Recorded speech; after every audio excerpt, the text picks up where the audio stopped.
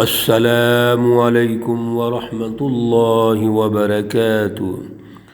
اعوذ باللہ من الشیطان الرجیم، بسم اللہ الرحمن الرحیم۔ ووصينا الإنسان بوالديه إحسانا حملته أمه كرها ووضعته كرها وحمله وفصاله 30 شهرا، صدق الله العلي العظيم۔ اللهم صل على سيدنا ومولانا محمد النبي الأمي وعلى آلہ واصحابہ وبارک وسلم وصلی علیہ۔ معزز سامعین و سامعات، پارہ نمبر 26 سورۃ الاحقاف، آیات مقدسہ نمبر 15 اور 16 ہے۔ اللہ رب العزت ان آیات کا فہم اور شعور عطا فرمائیں اور عمل کی توفیق اور صلاحیت عطا فرمائیں۔ وقت کے اختصار کی وجہ سے یا تو ہم ایک آیت کریمہ جو چھوٹی ہے وہ تلاوت کرتے ہیں، اور یا پھر اگر لمبی آیت ہے تو ایک یا دو لائنیں تلاوت کرتے ہیں۔ اللہ قبول فرمائے۔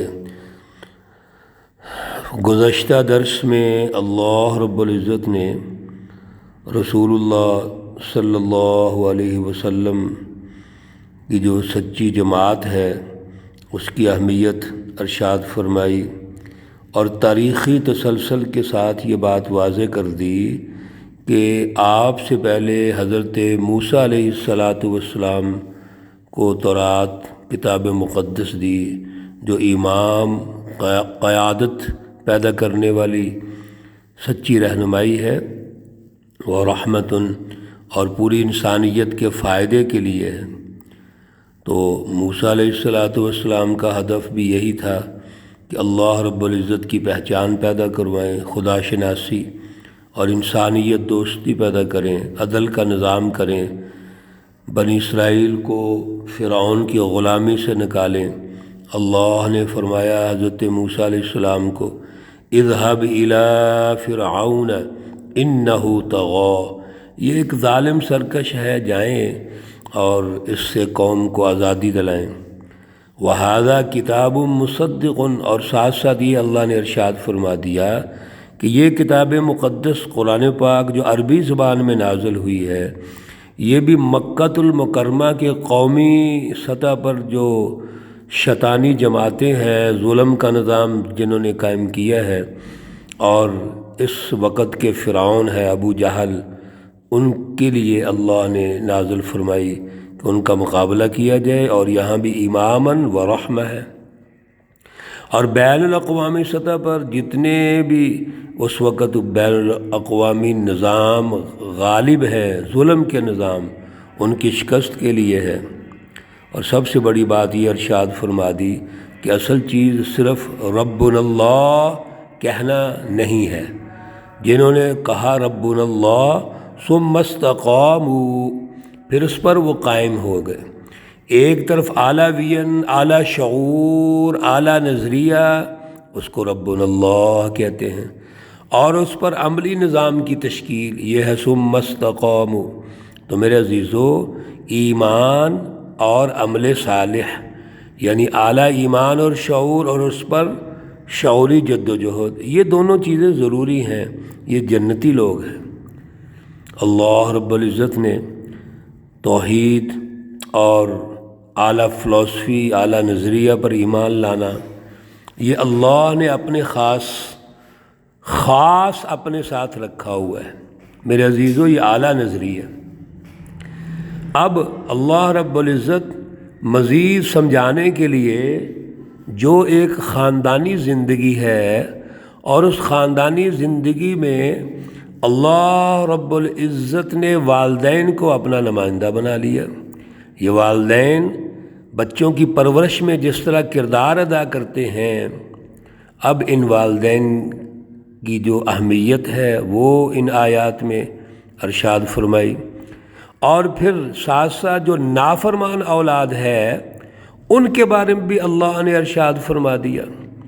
تو اگر ماں باپ جو ہمیں دنیا میں پیدا کر کے ہمارے نشو و ارتقاء میں ذمہ داری ادا کرتے ہیں، ان کا رتبہ اتنا اونچا ہے، تو جو خالق حقیقی ہے وہ اللہ رب العزت کی ذات اقدس ہے، وہ کتنی شان والی ہوگی۔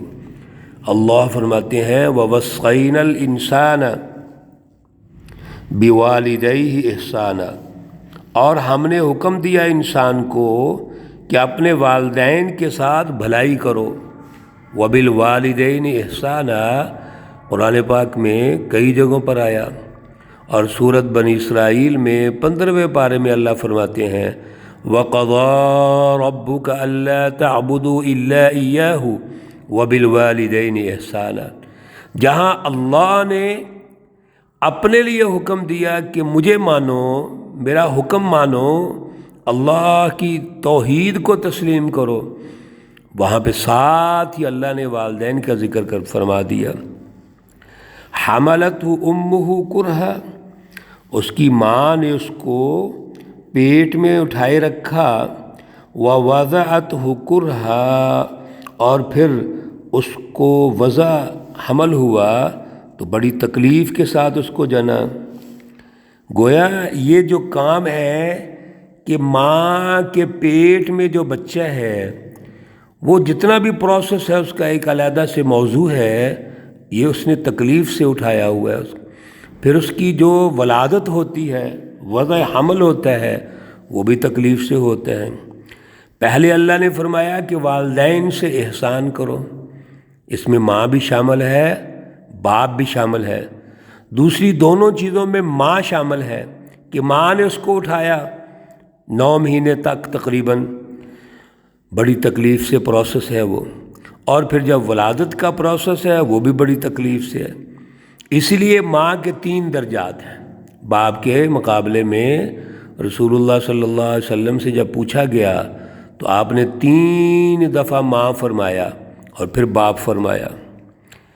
پھر وَحَمْلُهُ وَفِصَالُهُ 30 شَهْرًا، اور اس کا جو حمل ہے، جو بچے کو اٹھایا ہوا ہے، وَفِصَالُهُ، اور اس کو جو دودھ وغیرہ پلانا اور پھر اس کا مکمل کرنا 30 شَهْرًا، 30 مہینے ہیں۔ کم از کم حمل کی مدت 6 ماہ ہے، اور 2.5 ماہ اگر دودھ پلاتے ہیں تو 30 ماہ بن جائیں گے۔ اور اگر ایک بچہ جو ہے وہ عام طور پہ 21 مہینے دودھ پیتا ہے تو 8-9 مہینے لگائیں گے تو یہ 30 ماہ بن جائیں گے۔ حتی اذا بلغ اشدہ، یہاں تک کہ جب وہ پہنچا اپنی جوانی کو، جوان ہو گیا، گبرو بن گیا۔ وبلغ 40 سنہ، اور پھر 40 سال کی عمر کو پہنچ گیا۔ قال، اس نے کہا رب اوزعنی، اے میرے پروردگار، میری قسمت میں یہ ہے، میرے لیے تو نے یہ کر دیا ہے اور بڑی نعمت ہے، ان اشکر نعمتک، کہ میں آپ کا جو جتنی نعمتیں ہیں، احسانات ہیں، شکر ادا کروں، التی انعمت علیہ، جو تو نے میرے اوپر نعمتیں کی ہیں۔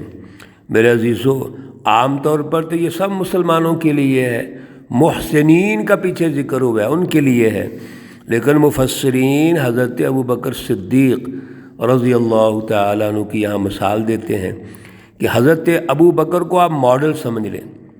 انہوں نے یہ دعا کی، اور پھر دعا کی کیا کی؟ ایک تو میرے اوپر جو انعام کیا ہے، وعلی والدیہ، اور میرے والدین کے اوپر، وَأَنْ أَعْمَلَ صَالِحًا تَرْضَاهُ، اور یہ کہ میں کوئی بھی جو نیک کام کروں، اچھا کردار، جد و جہد قومی اور بین الاقوامی انقلاب لانے کے لیے، ترضاہ، جس سے تو راضی ہے، وَأَصْلِحْ لِي فِي ذُرِّيَّتِي، اور مجھ کو دے نیک اولاد۔